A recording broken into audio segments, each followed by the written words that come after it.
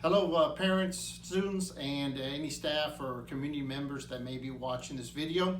I'm Mr. Casas. I am the principal at Scurry High School, and I have some information I'd like to share regarding the first day of school, which is August 13, and some of the issues on face-to-face learning and our remote/virtual learning. First of all, we're excited to start the school year. I want to give a big shout out to my staff members, my teachers, my paras that have worked extremely hard to get ready for Thursday, and that's August the 13th, and that's our first day of school. So I just want to give them a shout out. They've been working hard. They're coming up with a plan. You know, our goal is to get everybody in school, and our goal is to provide the best education possible, not only for those coming face to face, but those that are going remote/virtual learning as well. So our teachers this year are having to do two jobs, really get ready for the ones that are going to be here on August the 13th, and then also those that are going to be virtual. So you might think that's just an easy bridge to gap, but it can be very difficult because you have to have an online lesson and also your face-to-face lesson. So I hope you're patient with our staff. I hope you're patient with the high school. Things will get better. They may not start off the best for different reasons, but it'll get better. Our teachers will do whatever it takes to make sure your child, whether they're here face-to-face or remote learners, are receiving the best education possible.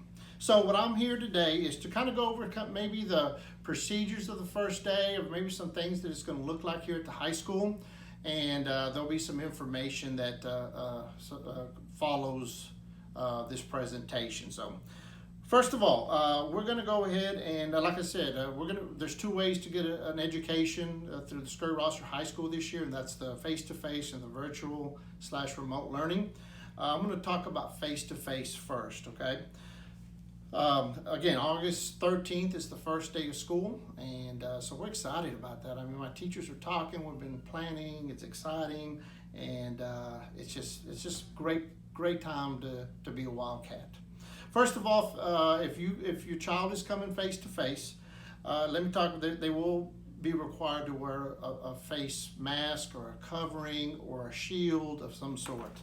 I may wear this one here, and this is what we got at graduation, you know, but I have others too that I'll be wearing. But this is required. This is a mandate, okay? Not only from the district, but also with the state and TEA. So please, if you're please make sure your child brings one to school. If they don't, if they forget it, and we understand that could happen, there will be some that we can give to your child as needed, but there is a limited supply, so please make sure that they have their face mask, okay?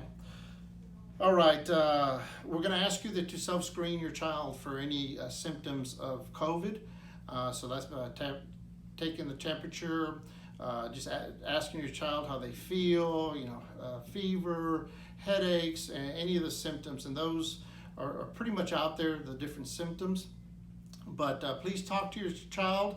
If your child's not feeling well, if they do have a fever, please keep them at home, and maybe reach out to your doctor, physician, and get their advice on what to do. But please don't send them to school when you self-screen them, if they have any COVID-19 symptoms, just for everybody else, because we want to make sure that we stay face-to-face. And the only way to stay face-to-face is everybody taking care of their business, making sure that we're working together, and that you know, that we're being cautious, but yet doing what's best for your child and for every student, okay?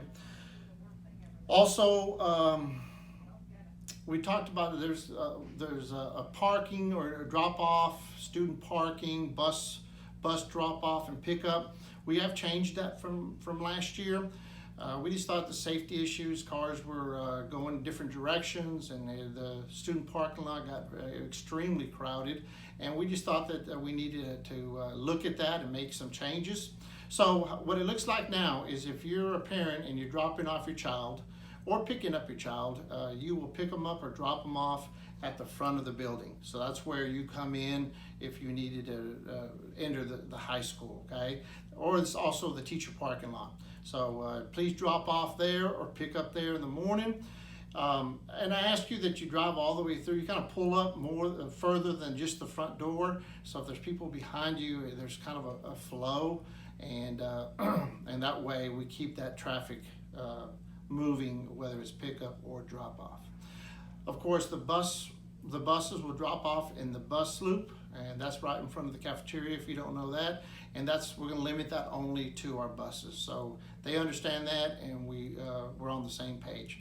Students will be, of course, they'll park if they drive, and they'll need to get a parking permit and show proof of insurance and all of that good stuff. But if they're parking in the student parking lot, they will have to enter the student parking lot off FM 148. So that's kind of by the elementary.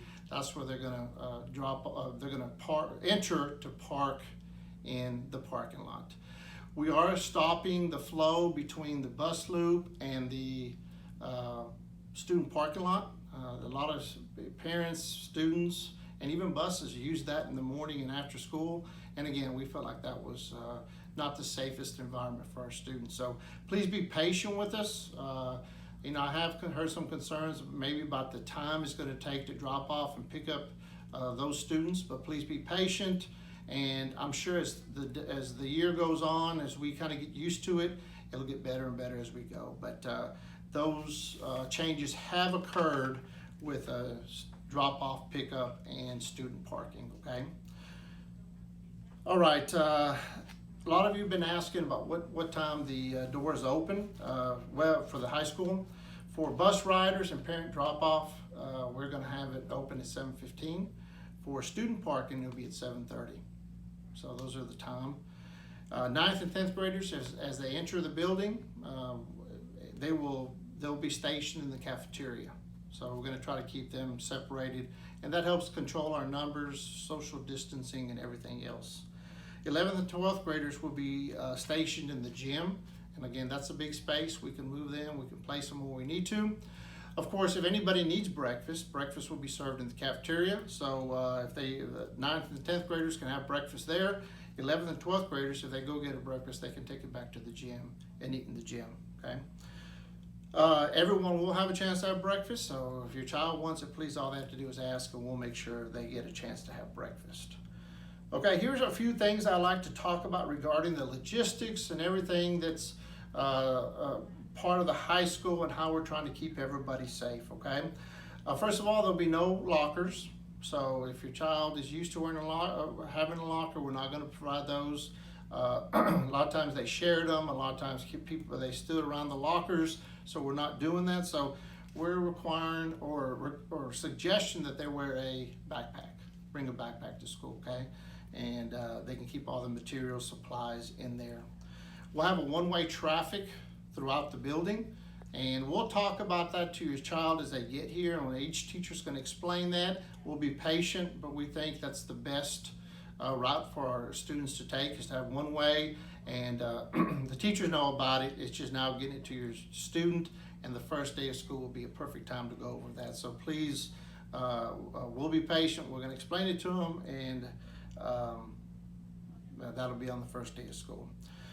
Again, I'll tell you again, students are required to wear masks, face shields, or coverings, okay? So please work with us so that we can keep this thing going. They say one of the best things to, research, scientists, whatever, whomever, TEA, says that the best way to stop the spread of COVID is to wear a face mask. So I'm gonna ask my teachers to wear them, and we're gonna ask every student to wear them. So please work with us.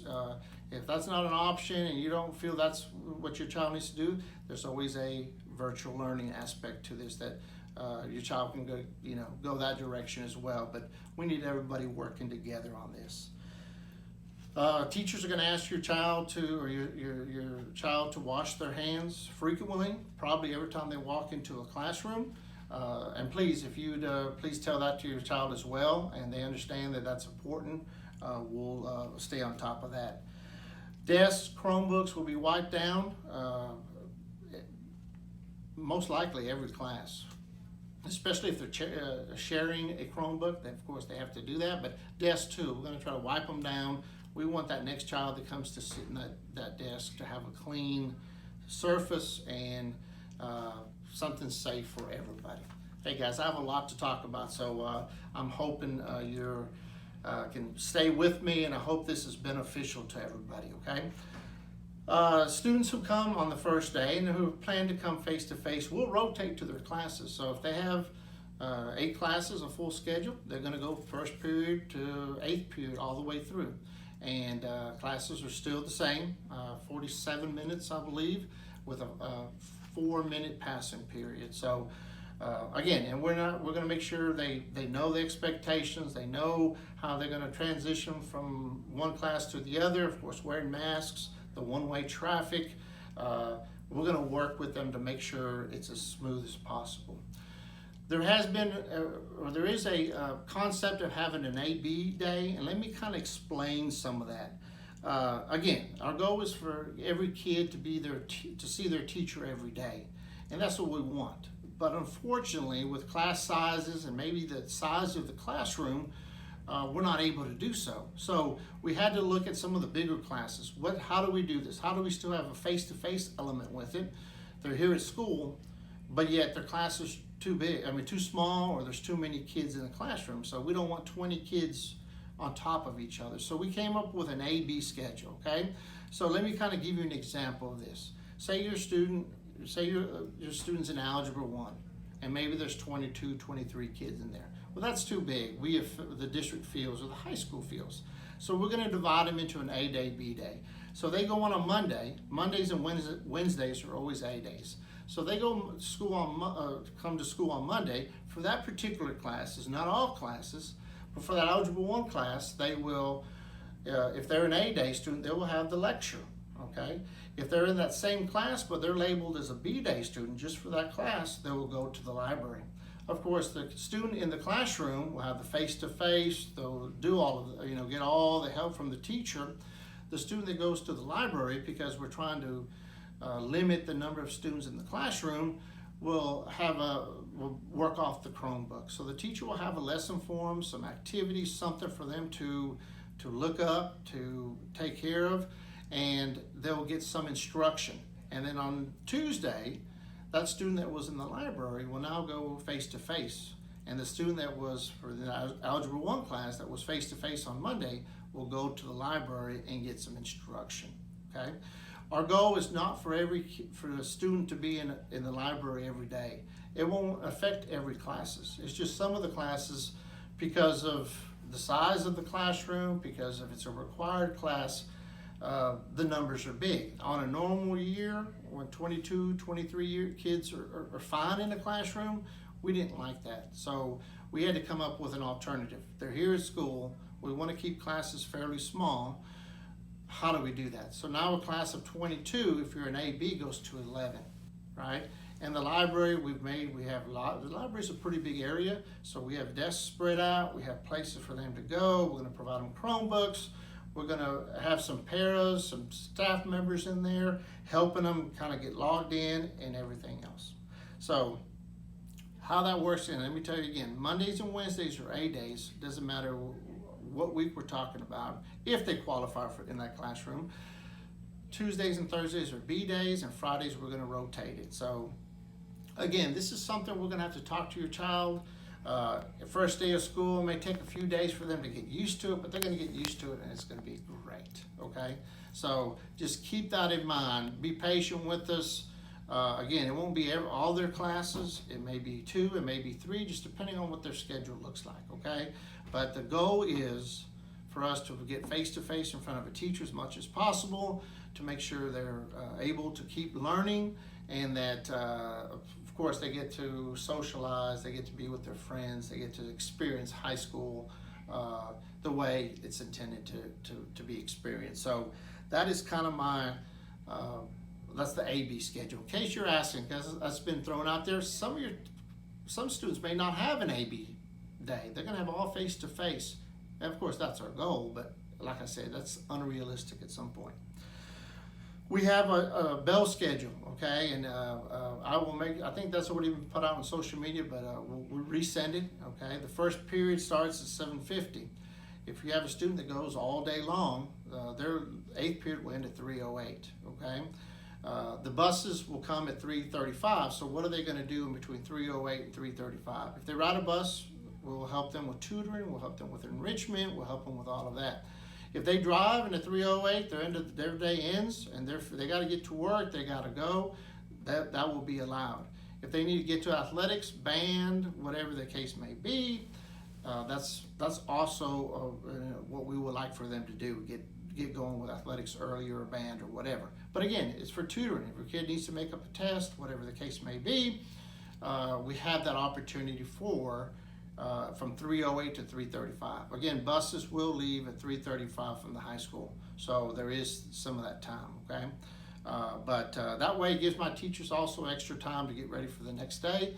Again, because their schedule, and we're having to develop multiple lessons, one for a remote learner and one for a face-to-face. It's time, and it's time consuming, and we want to make sure everybody has that opportunity. So that's kind of how our day is going to work. All right, let's talk about remote learners and virtual learners. Face-to-face was pretty easy, okay, because had some dynamics just so they're going to be on campus. But our remote learners, of course, they chose to be remote learners. Those that are remote learners, tomorrow, which is Wednesday the 12th, between 9 and 3, if you signed up for virtual learning, you can come, and if you need a device, you can come get a device. We'll have a device for you, okay? So there's some things you're gonna have to sign. It'll be at the cafeteria, so make sure a parent comes, because they will have to help sign and do all that, okay? We're trying to get these devices out. There's also gonna be a video at some point talking about how to get on Canvas, and this is really something that the new educational platform that we're looking at, Canvas, that's kind of like Google Classroom, where that's where you find your assignments. You have to log in, you have to see where the assignments are. The teacher will have a little maybe a video of introducing the concepts. They'll do all of that, okay? But you need to know how to log in and get situated on that. Of course, you won't be here face to face, so there will be a video sent out, and there may be a sheet of paper that describes some of the process as well. Of course, once you get it and you have trouble, I always say contact your teacher, call up here to the high school. We'll do whatever it takes to help you, okay? But because we want you guys to be successful as well. So anyways, you pick up your device tomorrow, and then again, teachers are working to get your instructions, some stuff out to you as well, okay? But be patient. That's probably the hardest part, is the virtual remote for our teachers to transition to, but we're trying to do it early, and we're going to try to, it'll get much better as we get going, okay? If you're a remote learner and you want to be in band, you want to be in football, you want to do some of those extracurricular, have those opportunities, we're allowing that. A lot of districts are not allowing that, but we have decided as a district we want people, all our students, to be involved, engaged, and be part of something. But you need to come to that period, and you need to come to practice if you plan on playing. So please keep that in mind. If you're remote, you still have to come to the athletic period or band hall period, and you need to make sure you're at practice, or that will dictate what kind of playing time you get, or if you can even make the competition, okay? But that's for remote learners. Still want to talk about remote learners or the virtual learners. There is a commitment you're going to have, and it's tough, because you're not going to have that teacher right by you. You're not going to have that teacher in the classroom, giving you immediate support. So if you decided to go virtual, we're all for it, and we're excited to have you on part of the high school's virtual. But the commitment is you're going to take care of your business on through either Canvas or Clever, that platform. So that means you have to log in every day. You're going to have to look at the videos that your teacher puts out. You're going to have to look at the assignments, and you're going to have to get those in when those teachers ask you to. Most important is logging in every day, right? Because we have to take attendance, and that's the only way to take attendance. Your teachers may be emailing you or asking you to submit something. Please respond to them and email whatever they're asking. That's the only way it's going to work. If if you say I want to go virtual, but I'm not going to check the Canvas platform, or I'm not going to worry about it all week, and then on Friday I'm going to try to figure it out. One, you're going to be counted absent all week, And then two, you probably missed some important deadlines that you should have gotten work turned in. So please make sure that you understand that. Make sure that you got to be all in on this virtual. If you can't be, well, I'll check it one day, not check it the other, or maybe I'll do this assignment and not this assignment. I mean, if you were in class, you would have to do them all, and that's what we have to make sure, that the virtual, remote learning, and the face-to-face are running side by side.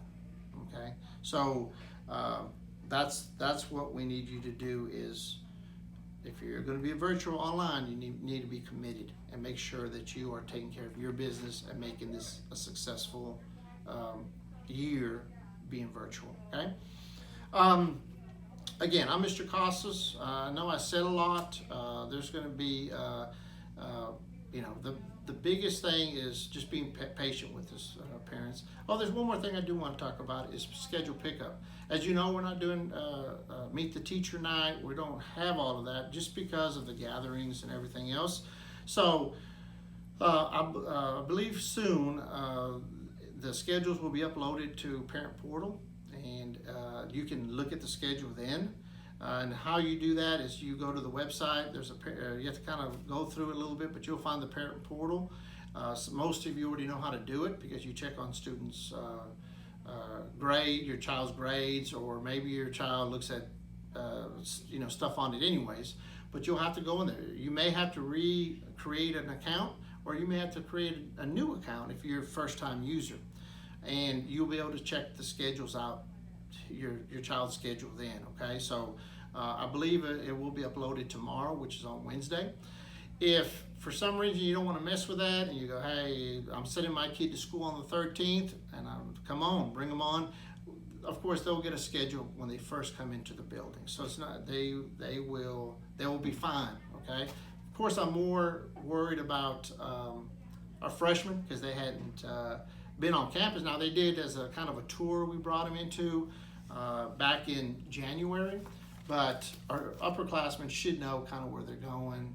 It's a pretty easy process, and let me assure you, parents, your child, whether a freshman, a new student to the district, whatever the case may be, once they get on campus and we give them a little direction, they're going to pick it up so fast. Okay, there will be an opportunity for them to change a class, but that won't take place until next week, and then there will be a timeline on when they can change a class. But it's I will say, to change a class, it's going to be, we're going to look at it, and there will be some decisions have to be made.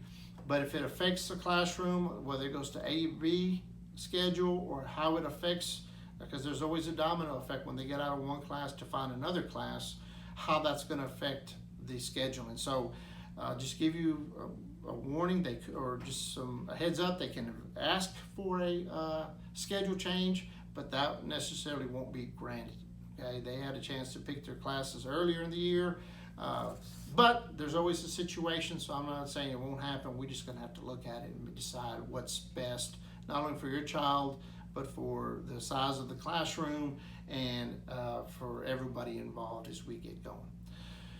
Also, like I said, I have a lot to talk about. Hey, if you're a visitor, okay, visitors coming in, we've always had an open door policy. Come on in. We want to meet you. We want you guys to come in. But with the COVID situation, we're going to be a little tighter on allowing visitors in. They're going to either have to have an appointment, or it's going to have to be an essential meeting, such as an ARD, maybe a discipline thing that maybe you've already set up an appointment with the assistant principal, Mr. Greiger. Maybe something that you've called me and we've made an appointment up, or whatever. Okay, but dropping off food for lunches, for all of that, we're not allowing that. So we just got to keep everybody safe, and I have a staff I need to keep safe as well, and just we're being cautious. Okay, so if things improve throughout the year and we can loosen up those guidelines, we will. So before you just think you're going to be able to come on, maybe call the high school, see what's going on, and maybe ask. There may be where they just meet you at the front door when you ring the doorbell, and they help you there. But just coming on in. If you would happen to come in for any reason that we have allowed, masks are required, and there will be a screening process as you come in. I think that's just what we have to do to protect everybody. But please don't come to eat with your child at lunch, and please don't bring them lunches and that kind of stuff. Okay, we just at this time it's just not the best situation for that to happen. All right, I guess that's all I have to say. I'm sorry, some of y'all probably been waiting for this information for a while, but this is where we're at. We're 2 days away from school. We're excited, and we're excited to have your child here on. If you're a face-to-face learner, your child is, to get them in the classroom, to get them back into some sort of normalcy. And then those students that are remote visual, we're looking forward to working with them, working with you, and just making this a great 2020-21 school year, okay? Because I'm excited about it, and I know my staff is, and we're just going to do the best we can. All right, if you have any questions, please call the high school, email me. Again, it's Don Casas at scurryrosser.com. Love to visit with you, and we're just going to make it a great year. Thank you. Go Wildcats, and I can't wait for Thursday.